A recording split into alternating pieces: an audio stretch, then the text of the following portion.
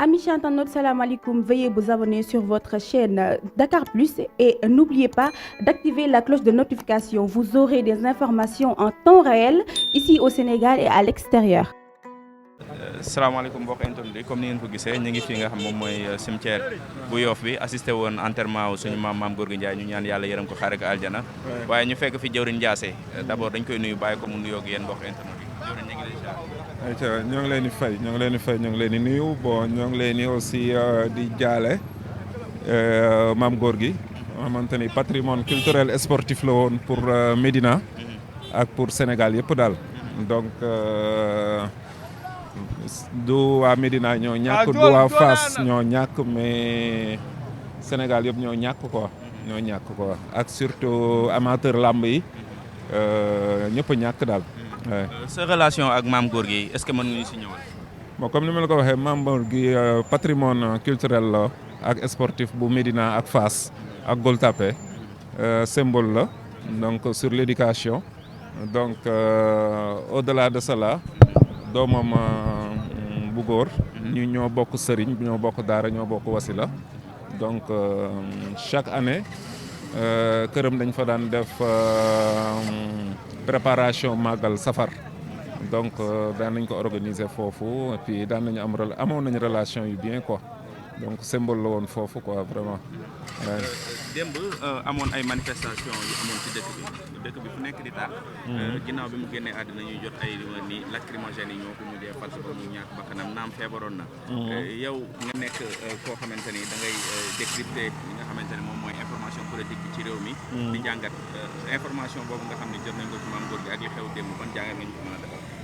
bon ce qui est regrettable mooy que ni manifestation bi mënoon na am parce que droit la. ci peuple bu fekkee ne am na lu ko metti constitution bi may na ko pour mu manifester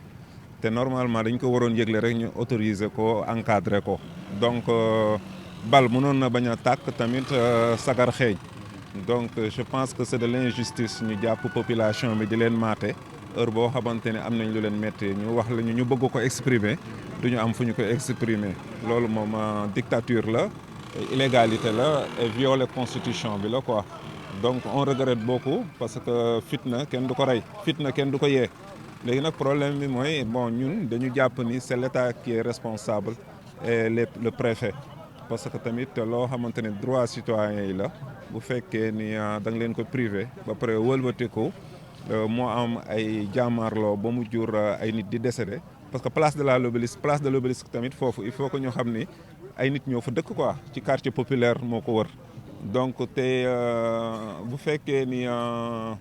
événement dafa am bu amee dérive rek dafay def conséquence ci ñi nga xamante ni ñoom ñoo wër quartier bi moi j'habite à côté rue 27 angle 28 ak ginnaaw rond-point centenaire bi sama buntu kër laa taxaw mais lacrymogène bi xaw ma fan la bàyyeekoo man gisuma alkaati gisuma dara dama jékki-jékki rek gis lacrymogène suñu kanam mu tàkk xamuñu fu mu bàyyeekoo donc loolu nekk na lu nga xamante ni lu ñuy jàmbat la et puis tamit rond-point centenaire Gibraltar bi foofu jeunesse su Médina bi saafonte nañ fa xeex fa ak force de l'ordre yi ba ñu ñëw dugg ci biir koñ yi ba ci sunu biir kër xale daw na dugg ci biir kër gi alkaati bi du tëju ci nekk alkaati bi fekk ko ci biir nekk daal di koy tijji jàpp ko génnee ko te ku daw ba dugg démb Médina donc ku daw ba dugg ci biir kër war nañ ko mën a bàyyi daal donc yooyu yëpp damay gis ni vraiment répression bi metti na trop ci peuple bi ak jeunesse bi te yaakaar bu tas la ba pare wëlbati ko ci li ñu gis mooy que ni xar nga rey ko ba pare ne doo fi wéq ko loolu c'est impossible quoi loolu la ñu Macky Sall def ak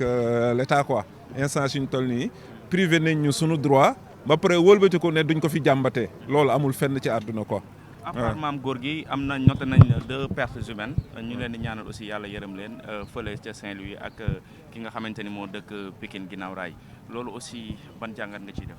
waaw jàngat bi ñu ciy def mooy que ni lépp état bi moom mooy responsable ak décret ak député yi nga xamante ni ñoom ñoo voté loi bi ñoom ñooy responsable lii parce que tamit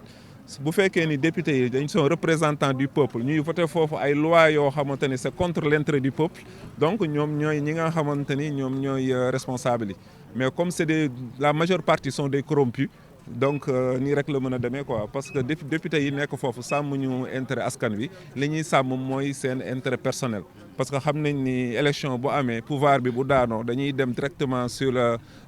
tas assemblée defaat yeneen anticiper élection municipale yi parlementaires yi te su boobaa ñoom ñëpp ñooy perdre seen poste yi moo tax lañ doon défendre keroog du pour dëkk bi pour ñoom seen intérêt personnel la ñun population bi ak jeunesse bi comprendre nañ nu mu demee xam nañ lépp xam nañ ni politicien bi moom moo fi nekk ñoom ñëpp kenn ku ci nekk sa intérêt personnel ngay sàmm mais du intérêt peuple bi loolu leer nañu quoi. tendance bi ni mu renversé woon nii est-ce que gëm nga ni report élection bi dina mën a nekk. bon instance yu ñu toll nii ñi ngi xaar conseil constitutionnel ba xam lan lay décider parce que instance yu ñu toll nii man je dis que ni cause bi ñuy wax cause bi tax nga xamante ni moom la ñu wax ni moo tax ñu renvoyer kii bi parce que man je dis que ni Karim Wade à part qu'il a menti le peuple mais il a accusé le premier ministre du Sénégal accusé wul Amadou Ba c'est le premier ministre du Sénégal l'a accusé tu vois léegi président de la République au lieu que moom mu défendre son premier ministre mu appuyer accusation yooyu ubbi ak les parlements députés au Benno Bokk Yaakaar yi ñu ubbi enquête parlementaire te loolu defuñu ko ci Covid bi defuñu ko ci les 21 morts yi amoon 2021 defuñu ko ci les xale yi dem ci géej gi defuñu ko aussi ci xaalisu Covid bi mais ñu koy man je ne sais pas Karim Wade lan la ñu defal lu jar ñuy reporter sunu élection quoi. bu fekkee ni ñoom politiciens yi ñoom ñoo am problème seen biir nañ ko lijjanti seen biir mais peuple bi maanaam on dirait que ñoom dañoo fekk li nga xamante ni c'est le sacré la partie sacrée de la République ñoom ñu désacraliser ko quoi soo fa mel ni loolu la quoi donc ils ont franchi les lignes rouges quoi. donc loolu lañ gis quoi. bon maam góor gi di ko ñaanal di ko ñaanal yàlla yërëm ko xare ko àjjana. bon comme ni ma la ko waxee si 18 safar bi parce que safar bi doomam ñoo bokk daara dafay organiser safar moment boobu la ñuy gisante à part loolu bon koo xamante ni foo mësaan jaar buntu këram Fass fekk ko mu toog ci buntu kër gi. et li ma ci gën a kii ci moom mooy que ni boo ñëwee nuyu ko ziar ko pour dem noo def mu téye la benn 5 minutes wala 10 minutes boo xamante ni daf lay rencontrer histoire di la jox ay leçons de morale di la maanaam patriote la woon daal. patriote la woon loolu daal xam nañ ko ci moom boo mësaan yàkkamti sax da nga koy teggi parce que chaque fois day jël temps di ko sacrifier pour l'éducation morale et spirituelle pour jeunesse bi. bon Médina ñoo ñàkk Fass moo ñàkk Gueule Tapée Dakar Sénégal ñëpp a ñàkk quoi te vraiment métti nañu trop quoi. metti nañu trop mais li ñuy def mooy muñ xam ni bon lii dina bokk ci bilan bi nga xamante ni moom la Macky Sall di yóbbaale ko. ok jaajëf. Amis internautes, salam alaikum. Veuillez vous abonner sur votre chaîne Dakar Plus et n'oubliez pas d'activer la cloche de notification. Vous aurez des informations en temps réel ici au Sénégal et à l'extérieur.